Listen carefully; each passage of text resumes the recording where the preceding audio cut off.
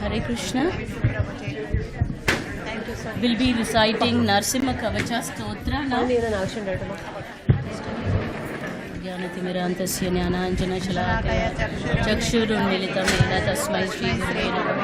नमो विष्णुपादाय कृष्णपृष्ठाय भूतले श्रीमते भक्तिवेदान्तस्वामिनिति नामिने नमस्ते सरस्वती देवे गौरवाणी प्रचारिणे निर्विशेषा शून्यवादी पाश्चात्यदेशतारिणे। जय श्री कृष्ण चैतन्य प्रभु नित्यानंद श्री अद्वैत गदाधर शिवासादि गौरभक्तवृंद।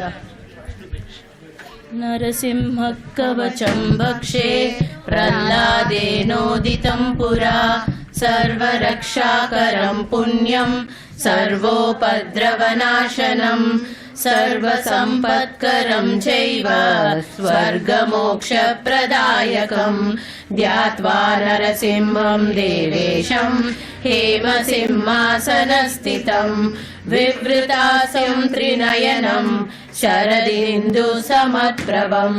लक्ष्म्यालिङ्गितवामाङ्गं विभूतिर्विरूपमाश्रितं चतुर्भुजं कोमलाङ्गं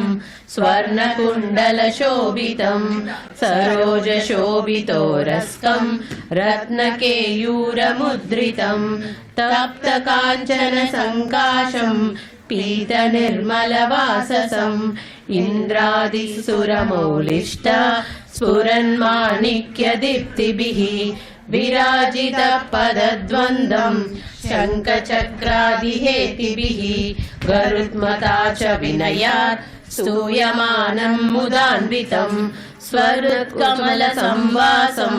कृत्वा तु कवचं पठेत्। नरसिंहो मे शिरः पातु लोकरक्षात्मसंभवः सर्वगोपीस्तम्भवास फालं मे रक्षतु ध्वनिं।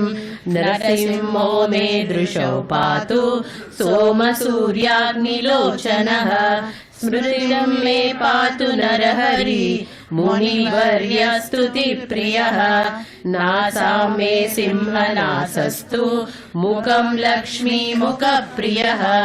सर्वविद्याधिपः पातु नरसिंहो रसना मम। वक्त्रं पात्विन्दुवदनः सदा प्रह्लादवन्दितः नरसिंहः पातु मे कण्ठं स्कन्दौ भूवरनान्तकृत् दिव्यास्त्रशोभितो भुजः नरसिंहः पातु मे भुजौ करौ मे देववरदो नरसिंहः पातु सर्वतः हृदयं योगिसाध्यश्च निवासं पातु मे हरिः मध्यं पातु हिरण्याक्ष वक्षः कुक्षिविदारणः नाभिं मे पातु नरहरि स्वनाभिब्रह्म संस्तुतः ब्रह्माण्डकोटयः कट्यां यस्यासौ पातु मे कटिं गुह्यं मे पातु गुह्यानां मन्त्राणां गुह्यरूपदृक् ऊरु मनोभवः पातु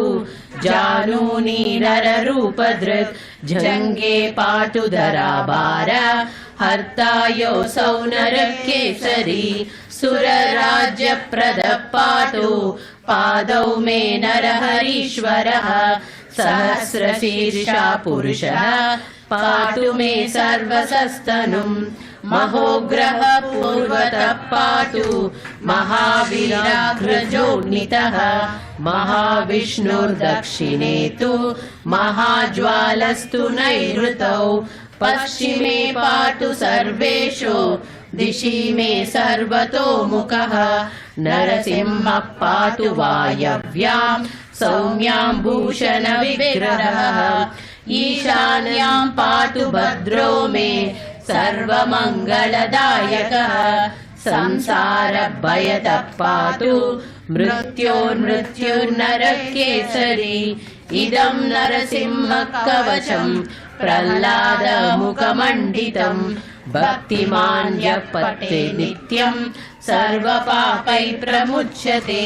पुत्रवान् धनवान् लोके दीर्घायुरुपजायते यं यं कामयते कामं तं त्यं प्राप्नोत्यसंशयम् सर्वत्र जयम् आप्नोति सर्वत्र विजयी भवेत् भूम्यन्तरिक्षदिव्यानां ग्रहाणां विनिवारणम् वृक्षिकोदरसम्भूत विशापहरणं परम् ब्रह्मराक्षसयक्षाणां दुरोत्सारणकारणम् भूजे वा तालपत्रे वा कवचं लिखितं शुभम् करमूले धृतं येन सिद्ध्येयुः कर्म सिद्धयः देवासुरमनुष्येषु स्वं स्वमेव जयं लभेत् एकसन्ध्यं त्रिसन्ध्यं वा यः पठेत् नियतो नरः सर्वमङ्गलमाङ्गल्यं भुक्तिं मुक्तिं च विन्दति 32 सहस्राणि पठेत् बुधात्मभिर्विभिः कवचस्यास्य मन्त्रस्य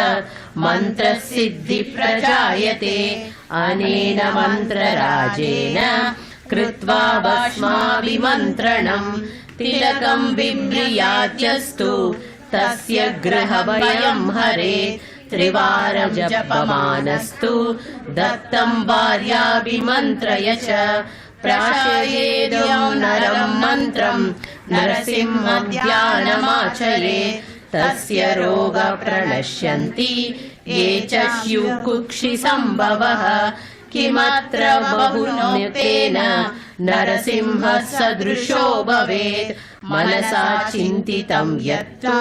स चाप्नोत्यसंशयम् गर्जन्तं गर्जयन्तं निजभुजपटलं स्फोटयन्तं हतन्तं दीप्यन्तं तापयन्तं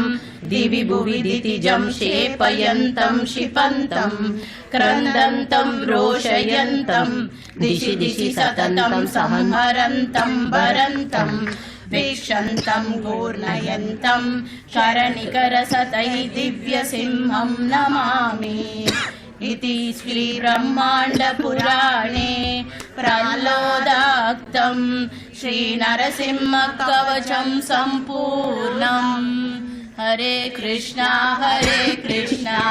कृष्णा कृष्णा हरे हरे हरे राम